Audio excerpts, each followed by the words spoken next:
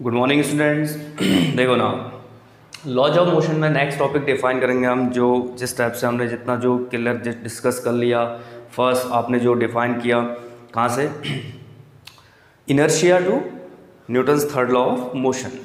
Newton's third law of motion के बाद Newton's third law और सेकेंड लॉ पे बेस्ड जो हम कंडीशंस या एप्लीकेशंस जो डिफाइन करते हैं उनमें से एक खुद है law of conservation of linear momentum.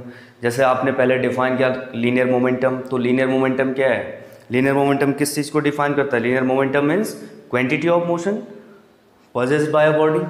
ठीक है, डिफाइन करते हैं मोमेंटम को, मोमेंटम मास और वेलोसिटी के प्रोडक्ट के जो इक्वल होगा। तो इसी केस में आप law of conservation of linear momentum, conservation of linear momentum क्या है? लीनियर मोमेंटम का कंजर्वेशन क्या होगा? मीन्स कि लीनियर मोमेंटम का कंजर्वेशन, लीनियर मोमेंटम पूरे सिस्टम का, अगर हमारे पास एक सिस्टम है तो उस सिस्टम का टोटल मोमेंटम किस कंडीशन में कंजर्व रहेगा। तो उस चीज़ के लिए आपने सिंपल क्या ध्यान रखना है, in the absence of any external force. ठीक है, the total momentum of an isolated, word use कर रहा हूं मैं क्या, an isolated system always conserved. ठीक है, अगर एक आइसोलेटेड सिस्टम है तो आइसोलेटेड सिस्टम पे अगर हम एक्सटर्नल फोर्स, कोई एक्सटर्नल फोर्स अप्लाई नहीं करते हैं तो उस सिस्टम का टोटल मोमेंटम क्या रहेगा? कंजर्व रहेगा। ठीक, उसी के इंटीरियर पार्टिकल्स के बीच मोमेंटम उनके पार्टिकल्स खुद का मोमेंटम कंजर्व करेंगे। ठीक है, फॉरवर्ड रिवर्स। तो सेम जो स्टेटमेंट देंगे हम इसके लिए, क्या का statement, in the absence of any external force the total momentum of an isolated system is always conserved. ठीक है, तो सिंपल इस टाइप से स्टेटमेंट अगर प्रूफ करते हैं तो प्रूफ भी अगर हम कंडीशन किस टाइप से लेते हैं, सपोज स्मॉल टाइम इंटरवल पे अगर हम न्यूटन्स सेकेंड लॉ की हेल्प से अगर इसको प्रूफ करते हैं, Newton's second law, third law की हेल्प से भी प्रूफ कर सकते हो, या कंजर्वेशन मोमेंटम, लीनियर मोमेंटम के कंजर्वेशन को हम किस टाइप से भी डिफाइन कर सकते हैं, जो अदर स्टेटमेंट है अदर फॉर्म पे न्यूटन्स थर्ड लॉ के अकॉर्डिंग अगर डिफाइन करेंगे तो क्या होगा, the total momentum of the system of two or more particles या two bodies or more bodies is always be conserved कब, when टोटल मोमेंटम यानी कि इनिशियल स्टेज पे और फाइनल स्टेज पे, अगर इनिशियल स्टेज पे जितना मोमेंटम है वही अगर कितना रहता है सेम फाइनल। ठीक है, initial total initial momentum equal to अगर क्या मिलता है हमें फाइनल, तब भी वो क्या है, लीनियर मोमेंटम का कंजर्वेशन है।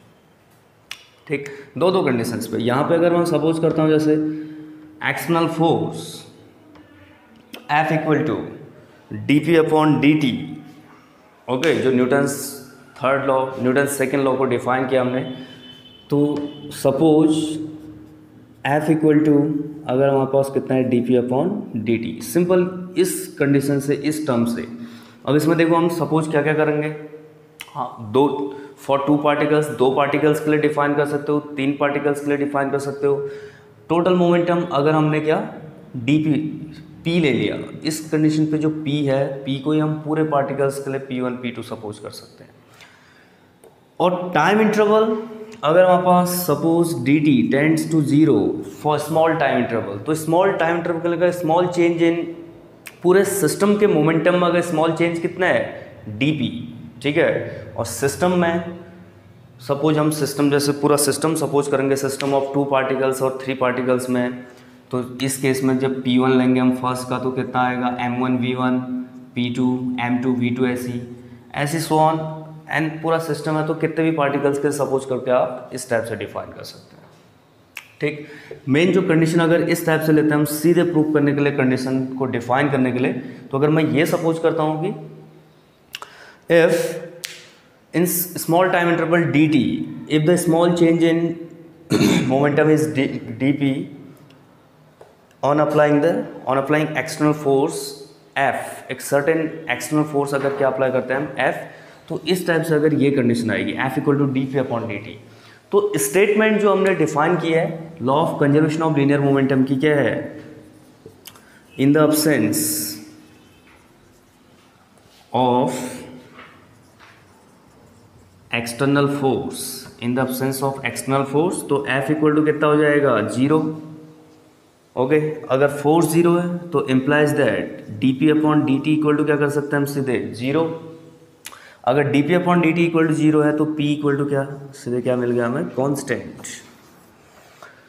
तो सिस्टम का जो टोटल मोमेंटम है वो क्या रहेगा हमारे पास, अगर कांस्टेंट है तो तब कह सकते हैं हम कि इन द एब्सेंस ऑफ मीन्स एक जो सिस्टम ले रखा है उसमें अगर कोई एक्सटर्नल फोर्स अप्लाई नहीं करते हैं तो उस सिस्टम का टोटल मोमेंटम क्या होगा, कांस्टेंट।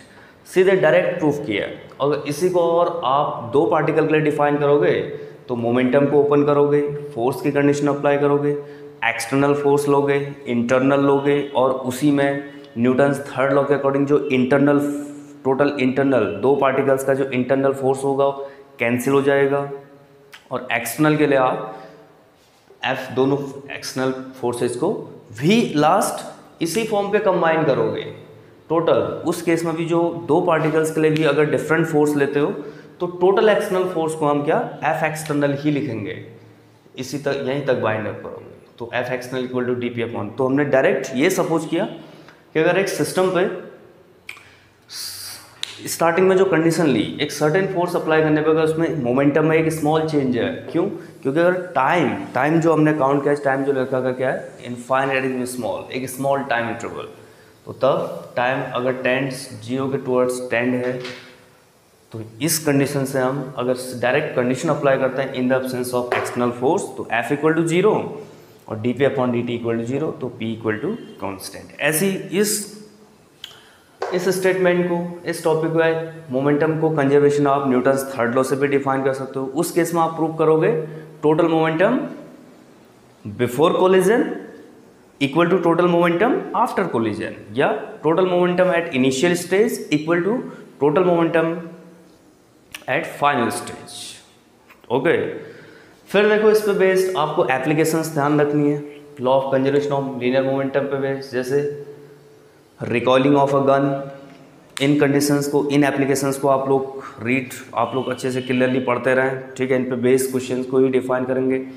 रिकॉइलिंग ऑफ गन, ठीक है, या किसी भी केस पे अगर हम फॉरवर्ड डायरेक्शन पे अगर एक्शन करते हैं तो हम कुछ बैकवर्ड भी मूव करते हैं, तो खुद सिस्टम और जिस प्लेन पे हम वर्क कर रहे हैं दोनों एक दूसरे को कंजर्व, दोनों मोमेंटम कंजर्व के लिए ये कंडीशंस अप्लाई होगी। जैसे बोट से अगर जंप करते हैं रिवर के शोर पे, ठीक है, तो हम जिस डायरेक्शन पे जंप करते हैं, अगर हम फॉरवर्ड डायरेक्शन पे शोर की टुवर्ड्स जंप करते हैं तो जो बोट है वो बोट कहाँ की ओर आती है, बोट भी किस टाइप से पुश होती है, बैकवर्ड डायरेक्शंस पे, ठीक है। ऐसी रॉकेट प्रोपल्सन है, इसके जो एग्जाम्पल्स हैं, जो एप्लीकेशंस हैं रॉकेट प्रोपल्सन, तो इन एप्लीकेशंस को आप डिफाइन करेंगे। ओके, तो ये है कंजर्वेशन ऑफ लीनियर मोमेंटम, और बाकी आपका जो इस डिफाइन करना है फिर इसके बाद इनके इस पे बेस इसकी एप्लीकेशंस। Thank you.